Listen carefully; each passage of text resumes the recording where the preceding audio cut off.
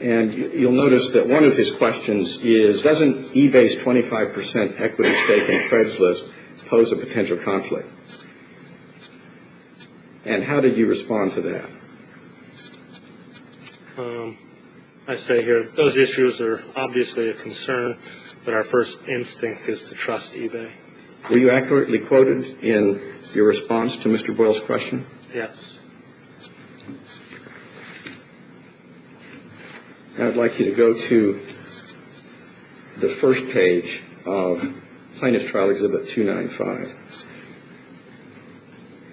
If you look at the bottom email, you'll see that Salim Fryha is at first forwarding this article to Garrett Price. Do you see that? Yes. And then Garrett Price forwards the article to Meg Whitman. I see that.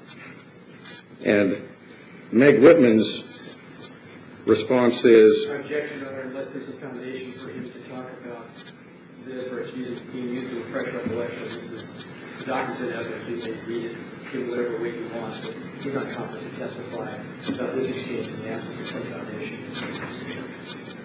I'll get directly to my question. All right. Mr. Buckmaster, did you think it was pretty funny that you trusted eBay? No. At this point, that is, at the time of the article, which was prior to your having received Meg Whitman's response to your Our Thoughts email, did you still have some trust in eBay? Yes, I did. And can you describe for the court what you trusted eBay to do?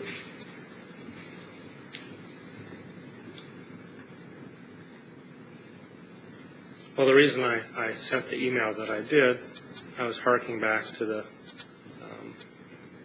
meeting at which we had all agreed what the relationship was going to look like and the understandings on which it was based. And I wanted to provide Ms. Whitman with a chance to follow through on some assurances that she had made to me and had made to Craigslist at the onset or start of the relationship, or before it had even started. I wanted to give her a chance to follow through on the promises that she made to us. And you trusted that there was still something behind those commitments that she made? I didn't have any reason to think that there was nothing behind them. And your request to her was a sincere request that you thought had at least a reasonable chance that it would be addressed? Objection, Your Honor. Counsel is now testifying that we spent 2.5 hours on Friday afternoon covering these emails, what he thought, the meeting, at great length. This is replowing ground if I may try to use it more locally. Can I rephrase your question?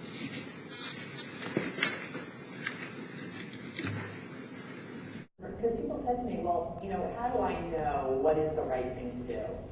And this was something that worked worldwide, and it worked at all levels of the organization, from presidents to administrative assistants. And what we said was the following.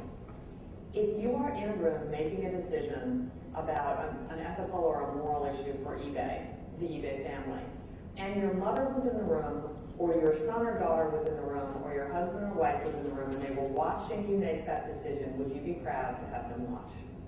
Would you be proud if they knew exactly what you had done? And if the answer to that is yes, How well that translated? it translated across every culture.